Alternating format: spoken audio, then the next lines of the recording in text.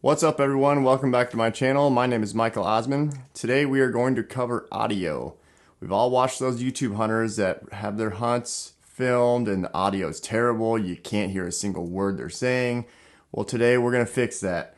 We are going to cover how to get better audio so that way even when you're whispering or if you're being loud, we know how to get that audio under control, and most of it's all going to be done in the editing process. It's very simple. Just a couple little things. You can save them as presets and then you're good to go, and your audio will always be better than 90% of the YouTube hunters out there. So let's dive in.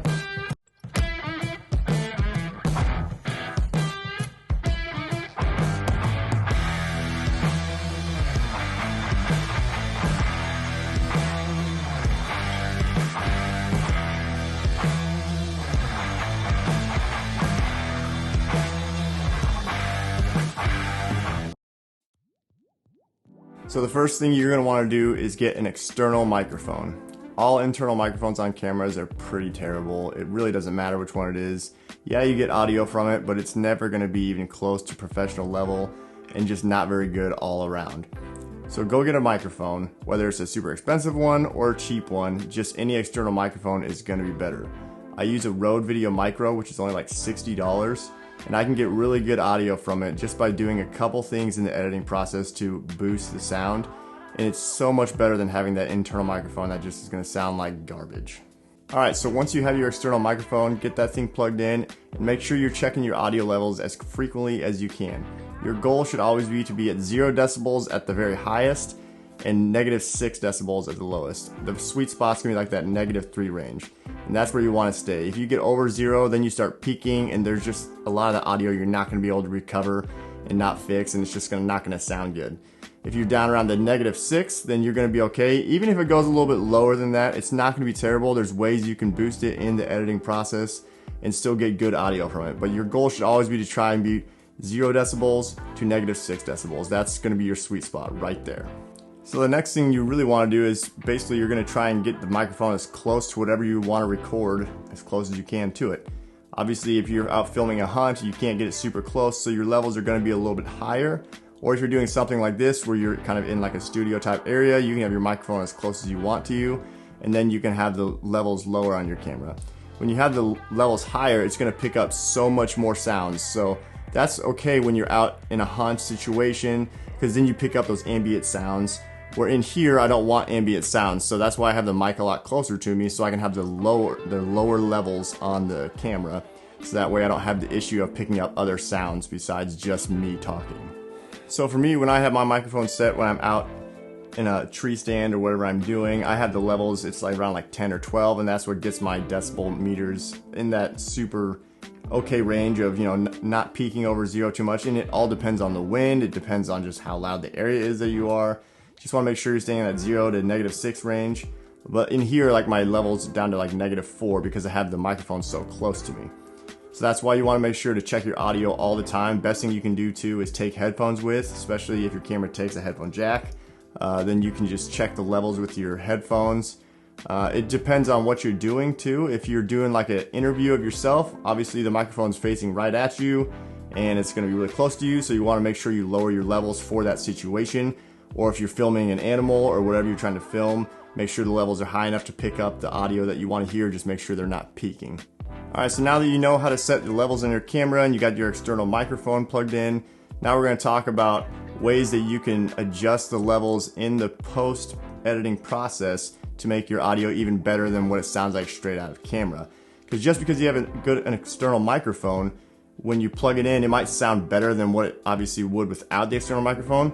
But you can make that sound even better with the external microphone. You can do it in the editing process. You can do a couple little things that will make the audio even better, even with a cheaper microphone. This is what the audio sounds like when you're using no microphone. So this is straight from the camera. This is the internal microphone. My camera is about 3 feet away from me, and this is what the audio sounds like. Sounds like garbage, doesn't it? That's why you get an external microphone. So this is what the audio sounds like straight out of camera. I've got my microphone plugged in, and this is just the straight audio coming straight out of it. It's obviously much better than the internal microphone. So this is what it sounds like with an external microphone straight out of camera. So this is what the audio sounds like with the external microphone and with a couple little things added in the editing process. Sounds a lot better, doesn't it? Now obviously you're gonna have to make different tweaks whether you're outside or inside. Since I'm inside, it's a lot easier to do it, and I just save the preset, and every time I do something inside, it's just that quick and easy. I just turn that thing on and I'm good to go. Outside is gonna be a little bit different, but we're gonna test that next. All right, next I'm going to take a clip from one of my past hunts this year where I'm whispering during an interview in the tree stand. So I'm talking really quietly, and I'll show you what it's like with the tweaks and without the tweaks. 10 deer out in this field out here, about 300 to 400 yards from me. They came out, I'm assuming, from the creek line. They came across that cornfield. There's one. 10 deer out in this field out here, about 300 to 400 yards from me. They came out, I'm assuming, from the creek line. They came across that cornfield. So the only few things that I really add when I'm doing the audio in the post editing is I add a compressor, I add a channel EQ, and I add a limiter if needed. So the compressor, basically what it does is it's going to take the lower levels of volume and it's going to bring them up, and the high levels of volume, and it's going to crush them down. Basically it's trying to make everything sound the same level, so you don't have parts that are low and parts that are high. It's going to try and bring those frequencies together. So the compressor works super well, especially on those really quiet times when you need to bring it up, but also it's really loud, it's going to help bring it down. And then you use the channel EQ, and you have to do a couple different EQ adjustments. That way you get a nice crisp audio that's not super high and not super low. You get a nice smooth sounding audio. And then the limiter, I only use if I have something that is peaking. After you make the adjustments, sometimes it might make your audio levels peak because of the compressor and channel EQ. But if you use a limiter, you can make sure to bring that down so that way it doesn't allow anything to peak. Okay, so I'm going to show you the audio adjustments I make in Final Cut Pro 10. You can do this with pretty much any editing software. Final Cut Pro 10 is just exactly what I use, and I really like it. You can also use other audio softwares to make adjustments that will be really good too and can be more professional. But pretty much any of the high-powered editing softwares, you can make these adjustments and you can get a lot better audio out of it just by doing a few different things. So this is what it sounds like straight out of camera with no adjustments. So this is what the audio sounds like with the external microphone and with a couple little things added in the editing process. Sounds a lot better, doesn't it? Okay, so now we're going to go back. I'm going to turn on my channel EQ and my compressor, and we're going to listen to it again. So this is what the audio sounds like with the external microphone and with a couple little things added in the editing process. Sounds a lot better, doesn't it? So all I did was add my channel EQ. These are my settings. Basically, you can adjust any of these things, and you can drag and move these. So these are all the settings. If you want to mark them down for your own videos, you can just go in and you can actually just adjust these manually too. So you can do that all your own. These are not necessarily perfect, but they make a really good sound. They're a lot better than what it is straight out of camera. So make sure to mark these down if you want to. Otherwise, you can mess around and drag up and down. I found like this is a pretty good line. You basically want to bring your bass levels up to about the 75, 70 hertz area. And then you want to take your highs and bring them up just a little bit. And I feel like this is a pretty good setting. This is what I use for pretty much all my videos, and it sounds pretty good the way I have it set. And then the compressor, this is a setting that I use from a guy named Surge M.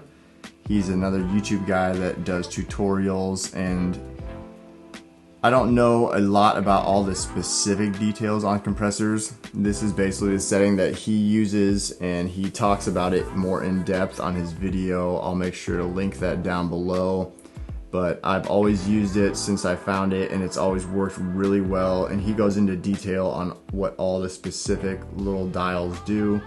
and it works really well, and so I use this for pretty much any audio I do.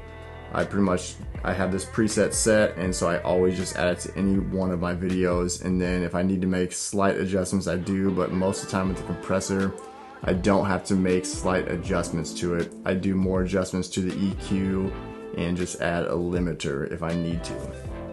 So these are all the sets where he has everything, so make sure to mark that down if you're using Final Cut Pro. If you're using a different editing software, there's so many tutorials out there of people that are doing the same thing on the different editing softwares, but just adding a compressor makes a huge difference, and I always use a compressor on every one of my videos I ever do. So I would highly recommend using a compressor and a channel EQ for sure. So there you have it. Those are some quick, easy tips on how to get better audio for your hunts. These really will help you a lot in your situations where your levels are too high or too low. Especially if you get those levels really good though, it's way easier to adjust the audio in the post-editing process, and you will have so much better audio than 95% of the people that are hunting on YouTube. Until next time.